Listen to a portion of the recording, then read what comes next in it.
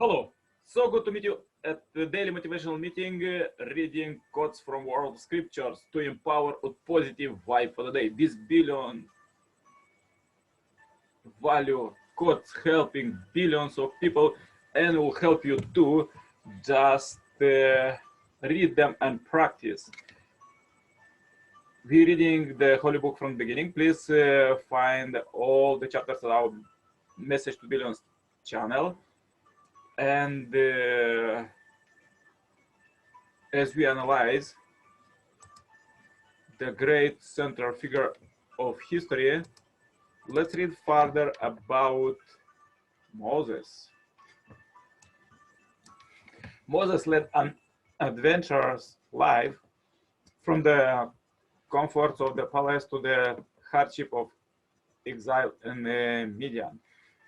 From the heady day when he led the Israel and their exodus from Egypt to his painful struggle to keep them united during their long years of wandering in the wilderness.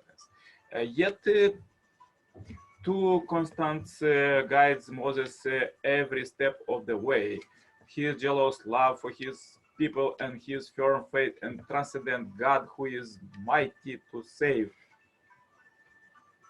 The Bible says that Moses alone knew God face to face.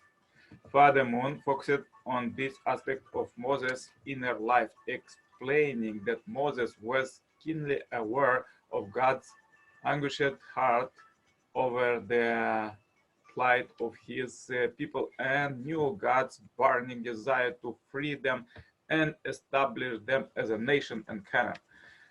Hence, he was willing to sacrifice everything to relieve God's anguish and establish the Israelites in a way that would be acceptable to God.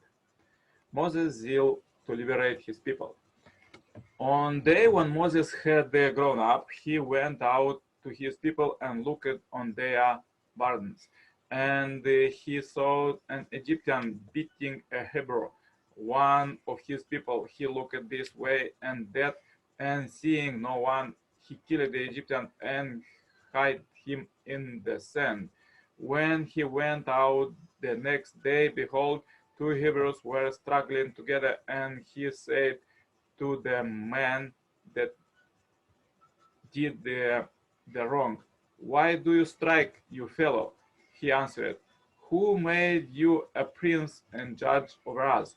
Do you mean to kill me as you killed the Egyptian?" Then Moses was afraid and thought, "Surely the thing is known." When Pharaoh heard of it, he sought to kill Moses. But Moses fled from Pharaoh and stayed in the land of Midian. Now Moses was keeping in the flock of his father-in-law Jethro, the priest of Midian, and he led his flock to the west side of the wilderness and came to Horeb, the mountain of God. And the angel of the Lord appeared to him in a flame of fire out of the midst of a bush, and he looked, and lo, the bush was burning, yet it was not consumed. And Moses said, "I will turn aside and see this great sight, why the bush is not burnt." When the Lord saw that he turned aside to see, God called to him out of the bush, "Moses, Moses," and he said, "Here am I." Then he said, "Do not come near, put off your shoes from your feet, for the place on which you are standing is holy ground." And he said, "I am the God of your father, the God of Abraham, the God of Isaac, and the God of Jacob." And Moses hid his face, for he was afraid to look at God. Then the Lord said, "I have seen the affliction of my people who are in Egypt, and have heard their cry because of their taskmasters. I know their suffering, and I have come down to deliver them out of the hand of the Egyptians. and to bring them up out of that land to a good and broad land, a land flowing with milk and honey, to the place of the Canaanites, the Hittites, and the Amorites, the Perizzites, and the Hivites, and the Jebusites. And now, behold, the cry of the people of Israel has come to me, and I have seen the oppression with which the Egyptians oppressed them. Come, I will send you to Pharaoh, that you may bring forth my people, the sons of Israel, out of Egypt. But Moses said to God, who am I that I should go to Pharaoh and bring the sons of Israel out of Egypt? He said, but I will be with you, and this shall be the sign for you that I have sent you when you have brought forth the people of Egypt, the people out of Egypt. You shall serve God upon this mountain. Then Moses said to God, if I come to the people of Israel and say to them, the God of your fathers had sent me to you, and they asked me, what is his name? What shall I say to them? God said to Moses, I am who I am. He said, say this to the people of Israel, I am has sent me to you. God also said to Moses, say this to the people of Israel, the Lord, the God of your father, and the God of Abraham, the God of Isaac, and God of Jacob, had sent me to you. This is my name forever, and thus I am to be remembered through all generations. Go and gather the elders of Israel together and say to them, the Lord, the God of your fathers, the God of Abraham, the Isaac, and of Jacob, has appeared to me, saying, I have observed you and what has been done to Egypt, and I promise that I will bring you up out of the affliction of Egypt. Further, let's read the quotes from the teaching of Second Coming Messiah, Father Sun Myung Moon. When Moses lived in the place amidst opulence and splendor, he did not live a carefree life. He did not enjoy eating sumptuous meal or wearing luxurious clothes. While eating, dressing, or sleeping, he was always thinking about the Israelites. Among all the Israelites, only Moses maintained an unchanging heart of loyalty toward God. Even though his people did not recognize it. You might think that Moses is a person with a bad temper, but that far that Moses felt when he saw the Egyptian beating the Israelite was not some sudden impulse of the moment. When he saw that sight, his inner heart of sorrow with which he had appeared to heaven on behalf of the people for 40 years finally exploded. In other words, when he saw that injustice being done to the chosen people, he felt irresistible indignation and beat the Egyptian to death.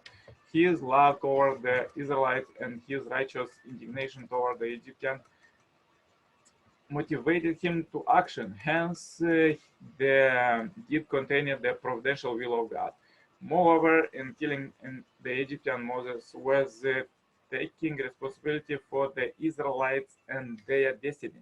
Compared to the Egyptian sin of oppressing the Israelites, Moses' action was minuscule. Moses was more concerned about his people than anyone else. Hence, God chose him to lead them. However, the Israelites misunderstood Moses and divulged the fact that he had killed the Egyptian.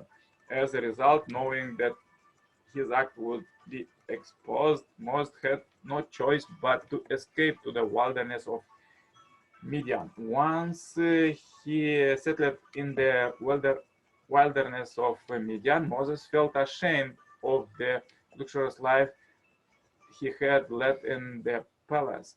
He forgot those glorious days when his life was full of leisure and Pharaoh's daughter gave him whatever he wanted. He had become a nameless shepherd who wore clothes made out of the lamb's wool and drove flocks of sheep from the place to another. Yet, as he was watching the flock, he longed for the land of Canaan that has been promised to his distant ancestor Abraham. Moses appeared to heaven with a penetrating heart. He prayed that although he was doing not more than diving sheep, one day he was going to guide his people like a flock of sheep into the land of Canaan. Abraham had prayed for the people of Sodom and Gomorrah without them being aware of it. In the same way, Moses prayed day and night in times of feast or famine, giving every ounce of sincerity for the sake of the Israelites. Seeing the Israelites suffering under the oppression and cruelty of the Egyptians, Moses felt such a great anguish as if his bones were melting. He appealed to heaven, Jehovah, please on my behalf, have mercy on these people. Because Moses had such a heart, God chose him as the leader to lead the multitude out of Egypt. To this seemingly insignificant shepherd in the wilderness of Midian, God bequeathed the hidden root that came down from the ancestors and made him the representative of the people. Because Moses endured a hard life in Midian while keeping unshakable resolution to do God's will, it was possible for the Israelites who themselves were suffering in difficult circumstances to unite with him. Hence, God could conduct his providence with Moses as their leader.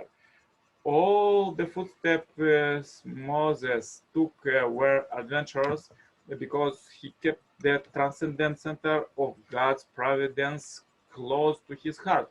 His whole life transcended reality. All that he saw and all the battles he fought transcended reality.